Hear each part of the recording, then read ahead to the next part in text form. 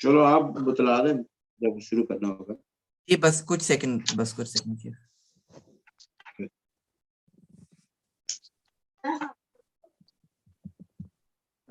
Doctor نبیل آپ تعارف انشاءاللہ شروع کر سکتے ہیں. بارک اللہ فیک.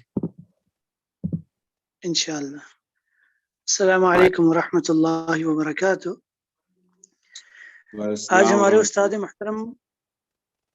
استاد محترم فضیلت الشیخ ارشد حقانی حفظہ اللہ کا تعارف یہ ہے کہ آپ نے تعلیم کا آغاز اپنے آبائی گاؤں سے قرآن مجید کے حفظ سے شروع فرمایا اور ابتدائی تعلیم گجرانوالہ سے حاصل کی.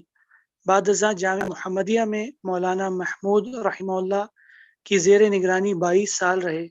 آپ حافظہ اللہ کو شیخ حافظ عبد المنان نور پوری رحمہ اللہ کی چھاؤں میں بھی شاگرد خاص ہونے کا شرف حاصل رہا اور آپ نے صحیح بخاری انہی کی زیر نگرانی میں پڑھی.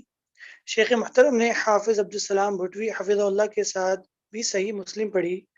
آپ حفظہ اللہ کا امتحانی نتیجہ ممتاز رہا اور مدینہ جانے کی خواہش تھی، مگر چونکہ اپنے ملک ہی میں اساتذہ کی ضرورت زیادہ تھی تو یہیں رک کر جامعہ محمدیہ میں ہی حافظ عبد القیوم کی زیر نگرانی تدریسی کام سر انجام دیتے رہے. اس کے ساتھ ہی آپ کے خطبات حقانیہ معروف و مشہور ہیں. 1990 سے آپ حفظہ اللہ نے مختلف اداروں میں تدریسی خدمات انجام دی اور دے رہے ہیں، جن میں سر فہرست شیخ احسان الہی ظہیر صاحب کا مدرسہ لارنس پور روڈ لاہور ہے، جہاں آپ شیخ الحدیث کی حیثیت سے کار فرما ہیں. مزید آپ کا ایک مدرسہ زیر تعمیر ہے جس کا نام جمعیہ اسلامیہ مرکز التکبیر لاہور میں واقع ہے. اللہ تعالیٰ آپ کی کاوشوں اور محنتوں کو شرف قبولیت سے نوازے. اللہ تعالیٰ سے دعا ہے کہ ہمیں آپ کے علم سے استفادہ اٹھانے کی توفیق عطا فرمائے اور اللہ رب العزت شیخ محترم کو مزید توفیق دے کہ ان کے علم کا نور پھیلتا رہے. شیخ محترم.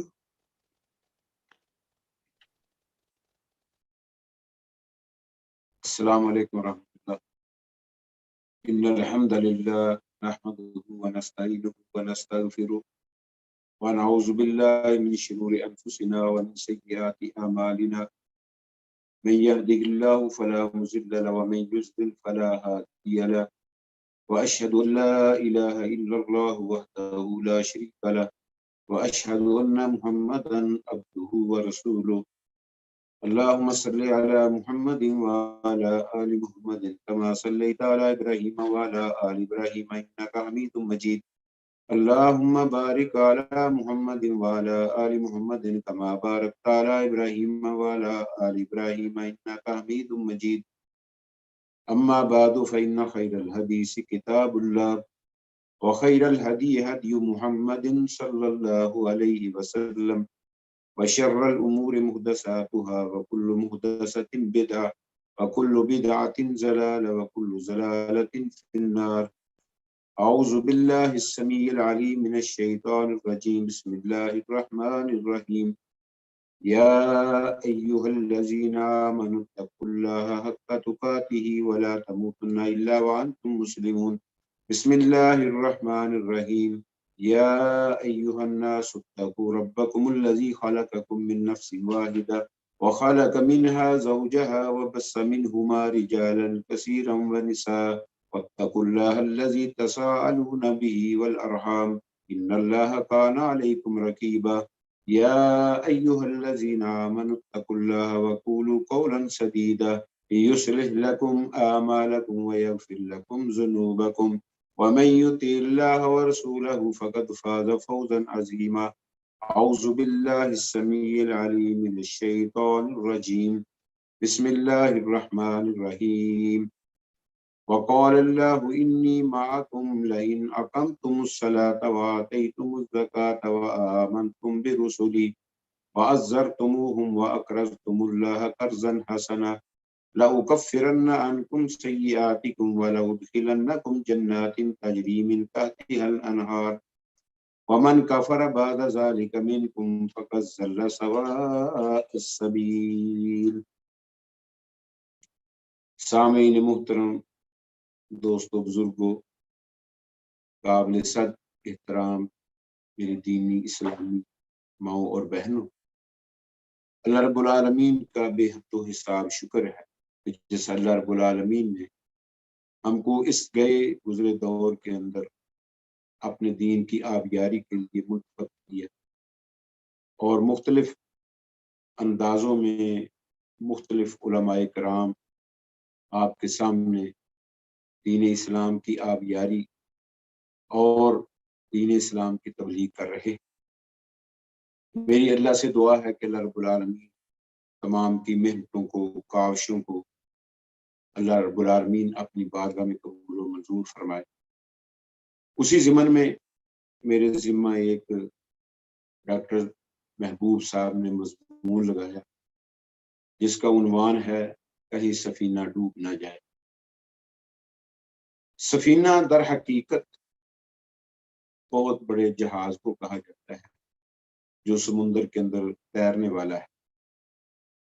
اللہ رب العالمین ہر سفینے کو بچانے پر قادر بھی ہے، ہر سفینے کو بچاتا بھی ہے، لیکن انسان اپنے سفینے کو اسی وقت بچا سکتا ہے جب وہ اللہ کے اوپر بھروسہ کرنے والا بن جائے، اللہ کے اوپر اعتماد کرنے والا بن جائے، اللہ کے اوپر توکل کرنے والا بن جائے، اور پھر جب یہ ساری چیزیں اس کے اندر آئیں گی انشاءاللہ اللہ کے فضل و کرم سے اور اس کی خاص مہربانی سے پھر انسان جو ہے وہ اپنے سفینے کو ڈوبنے سے بچا سکتا ہے۔ اور اللہ کی معیت 5 چیزوں کے اندر مضمر ہے۔ وہ 5 چیزیں کیا ہیں؟ لَإِنْ أَقَمْتُمُ الصَّلَاةَ وَآتَيْتُمُ الزَّكَاةَ وَآمَنْتُمْ بِرُسُلِي وَعَزَّرْتُمُوهُمْ وَأَقْرَضْتُمُ اللَّهَ قَرْضًا حَسَنًا۔ اللہ فرماتے ہیں میں تمہارے ساتھ ہوں جب کہ تم نمازوں کو قائم کرنے والے بن جاؤ، زکاتوں کو ادا کرنے والے بن جاؤ، میرے رسولوں کے اوپر ایمان لے آؤ اور ان کے دستے بازو بن جاؤ اور اللہ کو قرض حسنہ دینے والے بن جاؤ۔ تو یہ 5 چیزیں ایسی ہیں کہ جن کی وجہ سے اللہ کی معیت، اللہ کا ساتھ نصیب ہوتا ہے۔ قبل اس کے کہ میں ان چیزوں کی تشریح کے اندر جاؤں، میں یہ بتلا دینا ضروری سمجھتا ہوں کہ جس کو اللہ کا ساتھ نصیب ہو جائے اس کو دنیا کی کوئی طاقت نہ شکست دے سکتی ہے، دنیا کی کوئی طاقت نہ اس کو ہرا سکتی ہے، دنیا کی کوئی طاقت نہ اس کو پامال کر سکتی ہے، دنیا کی کوئی طاقت نہ اس کو ضرر نقصان پہنچا سکتی ہے، دنیا کی کوئی طاقت نہ اس کو ڈبو سکتی ہے، دنیا کی کوئی طاقت جو ہے وہ اس کو کسی قسم کا نقصان نہیں پہنچا سکتی۔ اللہ رب العالمین نے کئی ایک مقامات پر ان واقعات کا تذکرہ کیا۔ مثال کے طور پر پیارے پیغمبر جناب محمد رسول اللہ صلی اللہ علیہ وسلم کو جب مکے سے بے یار و مددگار نکالا گیا تو نبی کریم صلی اللہ علیہ وسلم غار ثور کے اندر تشریف فرما تھے، ساتھ ابو بکر صدیق رضی اللہ تعالیٰ عنہ تھے۔ تو نبی کریم صلی اللہ علیہ وسلم کا پیچھا کرنے والوں نے پیچھا کیا حتیٰ کہ وہ غار کے منہ کے آگے جو ہے نا وہ پہنچ گئے، اس کے درے تک جو ہے نا وہ ان کو رسائی مل گئی۔ حضرت ابو بکر صدیق رضی اللہ تعالیٰ عنہ آپ کے ساتھ تھے، فرمانے لگے اللہ کے پیارے پیغمبر جناب محمد رسول اللہ صلی اللہ علیہ وسلم اِرَّاحَدٌ إِلَىٰ قَدَمَيْهِ لَيُبْصِرُنَا، اگر کسی نے اپنے قدموں کی طرف بھی دیکھ لیا تو اللہ کے پیارے پیغمبر ہمیں وہ دیکھ لیں گے اور ہمیں نقصان پہنچائیں گے۔ تو امام کائنات جناب محمد رسول اللہ صلی اللہ علیہ وسلم نے جو صحیح بخاری کے اندر الفاظ ہیں، آپ نے فرمایا ابو بکر ما ظنک بسنین اللہ ثالثہما، تیرا ان 2 کے متعلق کیا خیال ہے کہ جن کا تیسرا اللہ ہے؟ اور قرآن مجید نے اس کی وضاحت ان الفاظ میں کی اللہ تنصروہ فقد نصرہ، اگر تم پیارے پیغمبر جناب محمد رسول اللہ صلی اللہ علیہ وسلم کی مدد نہیں کرو گے، فقد نصر اللہ، اللہ رب العالمین نے ان کی اس وقت مدد کی اذ اخرجہ الذین کفروا ثانی اثنین اذ ہما فی الغار اذ یقول لصاحبہ لا تحزن ان اللہ معنا، اللہ رب العالمین نے ان کی اس وقت مدد کی کہ جب ان لوگوں نے آپ کو نکال دیا کہ جنہوں نے کفر کیا تھا، تو اللہ رب العالمین کے پیارے پیغمبر پہلے آپ تھے، دوسرے حضرت ابوبکر صدیق رضی اللہ تعالیٰ عنہ تھے. جب اپنے ساتھی کے لیے آپ فرما رہے تھے لا تحزن ان اللہ معنا، اے ابو بکر غم نہ کر، بے شک اللہ ہمارے ساتھ ہے. جس کا ساتھ اللہ دے اس کو دنیا کی کوئی طاقت جو ہے وہ نقصان نہیں پہنچا سکتی. یہ تو کفار مکہ ہیں، پوری دنیا کا کفر مل کر آ جائے تو پیارے پیغمبر جناب محمد الرسول اللہ صلی اللہ علیہ وسلم کو کسی قسم کا ضرر نہیں پہنچا سکتے، تکلیف نہیں دے سکتے. آپ کے خلاف وہ کسی قسم کا قدم اٹھائیں گے بھی اللہ ان کے قدموں کو ناکام بنا دے. اور واقعی اللہ رب العالمین نے ایسے لشکروں کے ساتھ وہاں پیارے پیغمبر جناب محمد الرسول صلی اللہ علیہ وسلم کی مدد فرمائی کہ جن کو کوئی جانتا بھی نہیں تھا کہ ایسے بھی اللہ رب العالمین جو ہے وہ اپنے بندوں کو بچانے پر قادر ہے. اور اسی طریقے سے حضرت موسیٰ علیہ السلام جب دنیا کے اندر آئے تو اللہ رب العالمین نے بڑے طریقوں سے حضرت موسیٰ علیہ السلام کو فرعون کے چنگل سے بچایا، اور پھر جوانی کے پروان چڑھایا، اور جوانی کے عالم میں اللہ رب العالمین نے مدین کے شہر میں پہنچایا، اور واپسی پر اللہ رب العالمین نے ان کو نبوت اور رسالت سے نوازا. اور نبوت اور رسالت جب ان کو عطا کی، فرعون کے سامنے آئے، بڑے بڑے اس نے جو ہے نا آپ کے خلاف پروپیگنڈے کیے اور آپ کو مٹانے کی، دنیا سے ختم کرنے کی سازشیں کی، لیکن اللہ رب العالمین نے ساری سازشوں کو ناکام بنا دیا. اور اللہ رب العالمین نے موسیٰ علیہ السلام کو اس کے اوپر ہر میدان کے اندر غلبہ عطا کیا. جب جادوگروں کا معاملہ آیا، اللہ نے اس وقت بھی حضرت موسیٰ علیہ السلام کی نصرت اور مدد فرمائی. کس انداز میں؟ 70,000 مفسرین نے لکھا ہے کہ جادوگر ان کے مقابلے کے اندر آیا، اور اگر ایک جادوگر ایک بھی جادو جو ہے وہ ان کے سامنے رونما اس نے کیا ہوگا تو 70,000 جادو ان کے سامنے جو ہے نا وہ پیش کیا گیا. اور اس کا انداز کیا تھا کہ لاٹھیوں کو اور رسیوں کو انہوں نے پھینکا، لوگوں کی آنکھوں کے اوپر جادو کیا، ان کو ایسے لگتا تھا یخیل علیہم انہا تسعی، ان کی طرف خیال دلایا جاتا تھا کہ یہ دوڑ رہے ہیں. حضرت موسیٰ علیہ السلام بذات خود گھبرا گئے. اللہ رب العالمین نے فرمایا اے موسیٰ نبی لاٹھی کو پھینکو. جب انہوں نے پھینکا فَإِذَا هِيَ تَلْقِفُ مَا يَأْفِكُونَ، اچانک اس لاٹھی نے ساری کی ساری ان چیزوں کو نگل لیا جو انہوں نے جھوٹ کے طور پر پھینکی ہوئی تھی. اللہ رب العالمین نے وہاں کامیابی عطا فرمائی. اور پھر وقت گزرتا گیا، جو قبطی لوگ تھے بنو اسرائیل کے اوپر انتہائی ظلم ڈالنے میں لگ کے، حتیٰ کہ موسیٰ علیہ السلام کے ساتھی جو ہیں وہ ان کے پاس آئے، اگر انہوں نے اس بات کا اعلان کیا اور اس بات کو حضرت موسیٰ علیہ السلام کے سامنے بیان کیا کہ اے موسیٰ علیہ السلام جب تو نہیں آیا تھا اوذینا من قبل ان تاتینا ومن بعد ما جئتنا، جب تو نہیں آیا تھا اس وقت بھی ہمیں تکلیف دی گئی. وہ تکلیف کیا تھی؟ اللہ رب العالمین کے پیارے پیغمبر جناب محمد الرسول اللہ صلی اللہ علیہ وسلم کے اوپر اترنے والا قرآن اس کو بیان کرتا ہے کہ یذبحون ابناءکم ویستحیون نساءکم وفی ذالکم بلاء من ربکم عظیم. وہ تمہارے بیٹوں کو ذبح کرتے تھے، تمہاری عورتوں کو زندہ چھوڑتے تھے، اور اللہ خود فرما رہا ہے اس کے اندر بہت بڑی آزمائش تھی کہ کسی کے سامنے اس کے لخت جگر کو ذبح کر دیا جائے، کسی کے سامنے اس کے بیٹے کو ذبح کر دیا جائے، اور پھر لڑکیوں کو زندہ چھوڑتے تھے، ان سے وہ کام کاج کرواتے تھے جو لڑکوں سے کروایا جاتا ہے، غلاموں سے کروایا جاتا ہے. ذمہ دارہ ان کی بنو اسرائیل کی عورتیں فرعونیوں کو کرتی تھی، کارخانے ان کی عورتیں چلاتی تھی، اور اسی طریقے سے ہر قسم کے مطلب کام کاج جو ہیں وہ عورتوں سے لیتے تھے.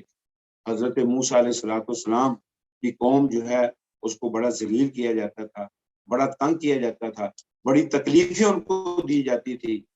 جب مختلف تکلیفیں بنو اسرائیل نے برداشت کی، ایک وقت آیا حضرت موسیٰ علیہ السلام کے پاس آئے کہ اب تو ظلم کی حد ہو گئی ہے، اور ایسا ایسا ظلم انہوں نے ڈالنا شروع کر دیا ہے کہ ہماری برداشت سے اے پیغمبر باہر ہو چکا ہے۔ تو حضرت موسیٰ علیہ السلام نے اللہ رب العالمین سے التجا کی اور دعا کی کہ اللہ کیا کیا جائے؟ تو اللہ رب العالمین نے موسیٰ علیہ السلام کی طرف وحی کی، ان اسر بعبادی انکم متبعون، اے موسیٰ نبی میرے بندوں کو لے کر راتوں رات نکل جاؤ، لیکن ایک بات ذہن میں رکھنا کہ تمہارا جو ہے نا وہ پیچھا ضرور کیا جائے گا۔ حضرت موسیٰ علیہ السلام کے ذہن میں بھی یہ بات تھی، اور بنو اسرائیل کے سامنے بھی انہیں اس بات کو آشکارا کر دیا، واضح کر دیا کہ تمہارا پیچھا جو ہے وہ کیا جائے گا۔ اب موسیٰ علیہ السلام جو ہیں وہ نکلے اپنی قوم کو لے کر، اور آگے جو ہے وہ دریا تھا، اور پیچھے جو ہے وہ فرعون جو ہے نا وہ پیچھے لگ گیا۔ جب موسیٰ علیہ السلام اپنی قوم کو لے کر نکلے تو فرعونیوں کو پتہ چلا کہ آج کارخانے چلانے والا کوئی نہیں ہے، اور کھیتوں میں چارہ ڈالنے والا، چارہ کاٹنے والا کوئی نہیں، جانوروں کے آگے چارہ ڈالنے والا کوئی نہیں، اور اسی طریقے سے سینوں کے اندر، گلیوں کے اندر جھاڑو دینے والے نظر نہیں آ رہے تھے۔ آخر کار بات جو ہے نا وہ کھلی، کن سے پتہ چلا؟ عورتوں نے کہا، بنو اسرائیل کی عورتیں جو تھی وہ ہم سے، قبطیوں کی عورتیں کہنے لگی رات زیورات ادھارے لے کر گئی ہیں، اور انہوں نے کہا تھا ہمیں ایک فنکشن کے اوپر جا رہی ہیں۔ فرعون تک بات پہنچی، فرعون جو ہے وہ آپ بگولا ہو گیا اور کہنے لگا ان هؤلاء لشرذمة قلیلون وانہم لنا لغائظون، یہ تھوڑی سی حقیر سی ادنا سی جماعت جو ہے یہ ہمیں غصے میں مبتلا کرنے والی ہے، اور ہم سارے ان سے ڈرنے والے بن گئے ہیں۔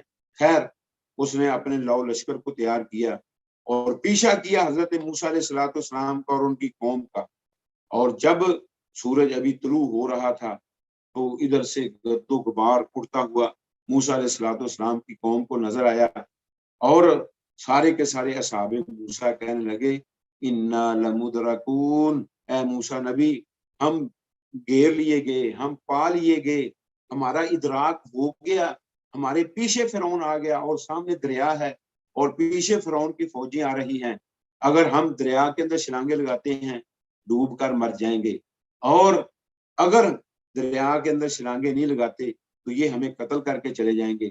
حضرت موسیٰ علیہ السلام نے اس وقت ایک بات کہی، وہ بات کیا تھی؟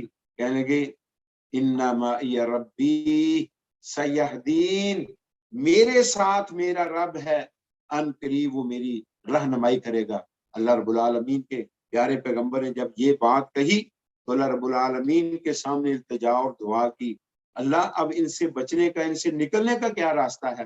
اللہ رب العالمین نے وہ بچنے کا، نکلنے کا راستہ جو ہے وہ موسیٰ علیہ السلام کو بیان کیا اور واضح کیا موسیٰ علیہ السلام کے سامنے کہ موسیٰ نبی یہ تیرے ہاتھ کے اندر کیا ہے؟ حضرت موسیٰ علیہ السلام لگے اللہ وہی ایسا ہے جس کے ساتھ درختوں کو جھاڑ کر پتے کھلاتا ہوں، اور درختوں سے پتے جھاڑ کر اپنے جانوروں کو کھلاتا ہوں، اور جس کے ساتھ ٹیک لگا کر کھڑا ہوتا ہوں، اور یہ وہی ایسا ہے جس کو پتھر کے اوپر مارتا ہوں تو 12 چشمے جو ہیں وہ جاری ہو جاتے ہیں، یہ وہی ایسا ہے جس کے ساتھ میں دیگر اپنے کام کاج جو ہیں وہ کرتا ہوں، کوئی کتا سامنے آ جائے اس کو دور سے کرتا ہوں، اور اسی طریقے سے دیگر تکلیفیں اس سے میں اپنی دور کرتا ہوں۔ اے اللہ یہ وہی ایسا ہے۔ اللہ رب العالمین نے فرمایا کہ انضرب بعصاک البحر فانفلق فکان کل فرق کالطود العظیم، اے موسیٰ نبی یہی عصا آج دریا کے اوپر مارو، اگر آپ کے عصے کی ضرب دریا برداشت کرتے ہوئے 12 سڑکیں نہ بنائے تو مجھے بھی رب نہ کہنا۔ 12 سڑکیں رب العالمین نے عصا مارنے کی وجہ سے دریا کے اندر بنا دی، اور سڑکیں بھی ایسی جو بہترین، صاف ستھری، اور کوئی ان کے اندر کسی قسم کی تری نہیں، کسی قسم کا پانی نہیں، کسی قسم کا کیچڑ نہیں، اور اللہ رب العالمین نے وہ درمیان میں دیواریں جو ہیں وہ پانی کی بنا دی، بغیر ان کو جمانے کے پانی کھڑا ہے۔ فکان کل فرق کالطود العظیم، وہ ایک بڑی چوڑی لمبی چٹان کی طرح جو ہے نا وہ درمیان میں دیواریں بن گئی، سارا قافلہ جو ہے وہ باہر نکل گیا، اور اللہ رب العالمین کے پیغمبر دریا کے اوپر کھڑے ہیں اور اپنی سارے لو لشکر کو لے کر وہ دریا کے کنارے پر اب نظارہ کرنے لگ گئے ادھر سے فرعون کی فوجیں جو ہیں وہ دریا کے اندر داخل ہوئی. جب عین وسط کے اندر پہنچے تو اللہ رب العالمین نے وہ دریا کو کہا او دریا اس کے کہنے پر ٹھہرا تھا, اللہ تیرے کہنے پر ٹھہرا تھا, میں اب میرے کہنے پر چلنا شروع کر دے. اللہ رب العالمین نے اس کا نقشہ جو ہے وہ کھینچا قرآن مجید کے اندر. اللہ رب العالمین فرماتے ہیں وَإِذْ فَرَقْنَا بِكُمُ الْبَحْرَ فَأَنْجَيْنَاكُمْ وَأَغْرَقْنَا آلَ فِرْعَوْنَ وَأَنْتُمْ تَنْظُرُونَ. میں اس وقت کو بھی یاد کرو جب ہم نے تمہاری وجہ سے سمندر کو پھاڑ دیا یا دریا کو پھاڑ دیا اور ہم نے تمہیں سب کو نجات دے دی, اور آل فرعون کو ہم نے کیا کر دیا, غرق کر دیا. وَأَنْتُمْ تَنْظُرُونَ, یہ سارے کے سارے نظارے تم کر رہے تھے. تو اللہ رب العالمین نے جب ان کو غرق کر دیا, موسیٰ علیہ السلام کو بچا لیا. اب موسیٰ علیہ السلام اور ان کی قوم جو ہے انہی محلوں کی, انہی باغوں کی اور انہی ندی نالوں کی, انہی نہروں اور دریاؤں کی مالک بن گئی. یہ ہے میرا اللہ کہ جس کا وہ ساتھ دیتا ہے اللہ اس کو ڈوبنے سے بچا لیتا ہے, اور جس کا اللہ ساتھ نہیں دیتا وہ اپنے آپ کو رب اعلیٰ کہنے والا ہو, اپنے آپ کو فرعون سنانے والا ہو, اپنے آپ کو نمرود سنانے والا ہو, اللہ رب العالمین اس کا بیڑا غرق کر دیتا ہے. اس لیے رب کی میت جو ہے جب انسان کو ملتی ہے تو پھر غرق ہونے سے بچ جاتا ہے, اس کا سفینہ ڈوبنے سے بچ جاتا ہے, اس کی کشتی غرق ہونے سے بچ جاتی ہے, اور رب العالمین جو ہے اس کو ہر ضرر سے, ہر تکلیف سے, ہر آفت سے, ہر مصیبت سے, ہر دکھ اور صدمے سے محفوظ کر کے اس کو سکھ سکون والی زندگی جو ہے وہ عطا کر دیتا ہے. اللہ رب العالمین کے پیارے پیغمبر جناب محمد الرسول اللہ صلی اللہ علیہ وسلم جب بدر کے میدان کے اندر آپ نے قدم رکھا تو کیا دیکھتے ہیں کہ ابو جہل اور اس کی برادری, اس کی قوم اور اس کے ماننے والوں نے مضبوط جگہ کے اوپر کیا کر لیے ہیں, ڈیرے جما لیے ہیں, اور صحابہ کے حصے جو جگہ آئی بدر کی وہاں ریت بکھری ہوئی ہے, پاؤں سلپ ہوتے ہیں, اور اسی طریقے سے وہاں جو ہے گرد و غبار اٹھ رہا ہے. نبی کریم صلی اللہ علیہ وسلم کے رب نے جب ان کا ساتھ دیا تو نتیجہ کیا نکلا, اللہ رب العالمین نے راتوں رات بارش برسائی. جب ریت کے اوپر بارش برستی ہے ریت جم جاتی ہے, جب مضبوط ٹھوس جگہ کے اوپر بارش گرتی ہے وہاں کیچڑ ہو جاتا ہے, مضبوط جگہ پر کیچڑ ہو گیا. یہ جو ریتلا علاقہ تھا یہ کیا ہے, جم گیا, اور اس کے اوپر قدم جو ہے وہ ٹھہرنے لگا. اللہ رب العالمین نے مومنوں کے دلوں کے اندر مضبوطی اس لحاظ سے پیدا کر دی, اور پھر دوسرا اللہ رب العالمین نے ان کے دلوں کے اندر, کافروں کے دلوں کے اندر روب جو ہے وہ ڈال دیا. اب وہ کپ کپانے لگے, اور پھر اللہ رب العالمین نے کیا کیا کہ مومنوں کی نگاہوں میں ان کو تھوڑا کر کے دکھا دیا, ان کی نگاہوں میں اللہ رب العالمین نے مومنوں کو تھوڑا کر کے دکھا دیا. اور ادھر پیارے پیغمبر جناب محمد رسول اللہ جب صبح کے وقت بدر کا مارکا ہونے والا تھا تو امام کائنات جناب محمد رسول اللہ صلی اللہ علیہ وسلم نے صبح کی نماز پڑھائی اور اپنے خیمے کے اندر کھڑے ہو گئے, اور رب العالمین کے سامنے دعائیں التجائیں جو ہیں وہ کرنی شروع کر دی. اور آپ نے ہاتھوں کو بلند کیا, پھر ہاتھوں کو بلند کیا, پھر ہاتھوں کو بلند کیا, اتنا ہاتھوں کو بلند کیا آپ کی چادر جو ہے وہ کندھوں سے نیچے گر گئی. دور سے حضرت ابوبکر صدیق رضی اللہ تعالیٰ نے دیکھا کہ پیارے پیغمبر کی تو چادر بھی زمین کے اوپر گرتی ہے, تو نبی کریم صلی اللہ علیہ وسلم کی چادر کو پکڑ کر کندھوں کے اوپر ڈالتے ہوئے امام کائنات جناب محمد الرسول اللہ صلی اللہ علیہ وسلم کو کہنے لگے, اے اللہ کے پیارے پیغمبر, لقد الححت علی ربک فلن یضیعک اللہ, آپ نے رب سے اصرار کر کر کے دعائیں مانگ لی ہیں, آپ کو کبھی اللہ ضائع نہیں کرے گا, آپ دعاؤں والا سلسلہ جو ہے وہ بند کر دیں. امام کائنات جناب محمد الرسول صلی اللہ علیہ وسلم, او ابو بکر پیچھے ہٹ جاؤ, مجھے میرے رب سے مانگ لینے دو. تو امام کائنات جناب محمد الرسول اللہ صلی اللہ علیہ وسلم نے رب کے سامنے ہاتھ پھیلائے. اللہ رب العالمین کا قرآن اس بات کو نقل کرتا ہے, اذ تستغیثون ربکم فاستجاب لکم انی ممدکم بألف من الملائکۃ مردفین. جب تم رب سے مدد مانگ رہے تھے تو اللہ نے تمہاری اس دعا کو قبول کر لیا, اور اللہ رب العالمین نے فرمایا اچھا یہ بتلاؤ مد مقابل کتنے ہیں, تو اللہ وہ تو 1000 ہیں, اسلحے کے ساتھ لیس ہیں, اور اسی طریقے سے ان کے پاس سارے کے سارے کیل کانٹے موجود ہیں اور سواریاں موجود ہیں، گھوڑے موجود ہیں، اونٹ موجود ہیں، راشن ان کے پاس ہے.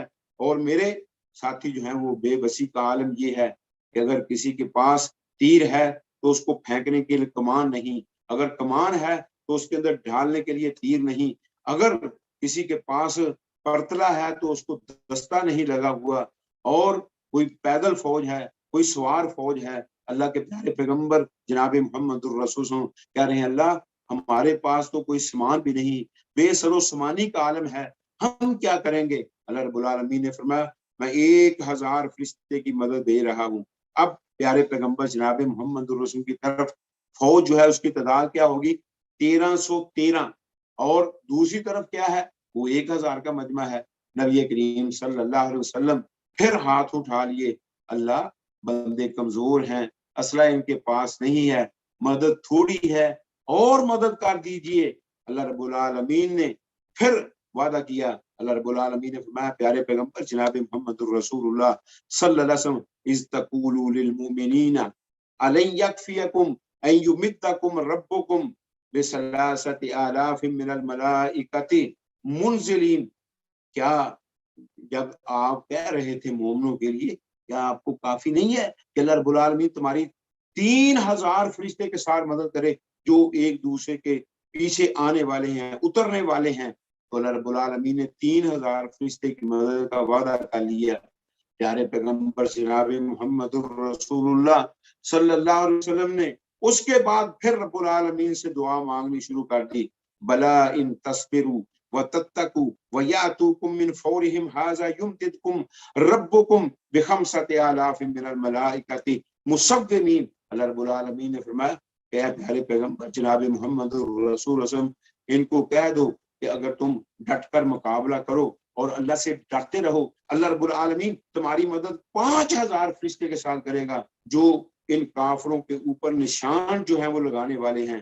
ایک صحابی پیارے پیغمبر جناب محمد الرسول اللہ صلی اللہ علیہ وسلم کے پاس آیا، کہتا ہے اللہ کے پیارے پیغمبر میں ایک کافر کے پیچھے بھاگ رہا تھا اس کو قتل کرنے کے لیے، تو میرے آگے آگے اور اس کے پیچھے پیچھے ایک اور آدمی بھاگ رہا تھا، مجھے نہیں پتا چلا کہ وہ کون تھا. اچانک میں نے کیا دیکھا کہ کافر کی ناک کے اوپر کوڑا لگا ہے اور وہ الٹے منہ جو ہے نا وہ گرا ہے، اس کے ناک سے اس کے منہ سے خون کا فوارہ جو ہے وہ نکلا اور وہ مر گیا. امام کائنات جناب محمد الرسول وسلم کیا واقعی ایسا ہوا ہے؟ نعم یا رسول اللہ، ہاں اللہ کے رسول واقعی ایسا ہوا ہے. آپ نے فرمایا وہ چوتھے آسمان کا فرشتہ تھا جو رب العالمین نے تیری مدد کے لیے بھیجا تھا. نبی کریم صلی اللہ علیہ وسلم کے نا چوتھی مرتبہ پھر ہاتھ جو ہے نا وہ اٹھ گئے. اللہ رب العالمین کے پیارے پیغمبر جو نصرت اور مدد جو ہے وہ مانگ رہے تھے وہ مدد نصرت ابھی تک نہیں آئی.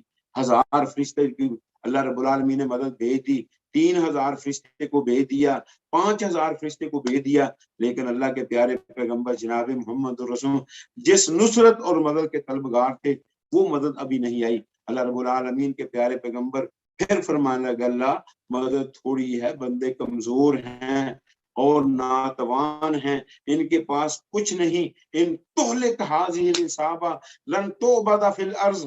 اللہ اگر تو نے اس مٹھی بھر جماعت کو ہلاک کر دیا تو زمین کے اوپر تیرا نام لیوا کوئی نہیں رہے گا. اے اللہ اور مدد بھیج دے. اللہ رب العالمین نے پھر اذ یوحی ربک الی الملائکۃ انی معکم فثبتوا الذین آمنوا سألقی فی قلوب الذین کفروا الرعب فاضربوا فوق الاعناق واضربوا منهم کل بنان. جب اللہ رب العالمین نے فرشتوں کی طرف وحی کرتے ہوئے یہ بات کہی نا کہ انی معکم میں بھی تمہارے ساتھ ہوں، جب نبی کریم صلی اللہ علیہ وسلم کے اوپر یہ آیت اتری آپ کے ہاتھ نیچے آگے کہ اب مجھے اور کسی مدد کی ضرورت نہیں، زمانہ بر مخالف ہو فلک بھی ہو عدو میرا بگڑتا کچھ نہیں یا رب جب نگہباں ہو تو میرا. جب اللہ رب العالمین نے نگہبانی کا اور اللہ رب العالمین نے اپنے ساتھ کا وعدہ کر لیا تو پھر پیارے پیغمبر جناب محمد الرسول اب مجھے کسی اور مدد کی ضرورت نہیں ہے کیونکہ اللہ رب العالمین نے میرا ساتھ دینے کا وعدہ کر لیا ہے.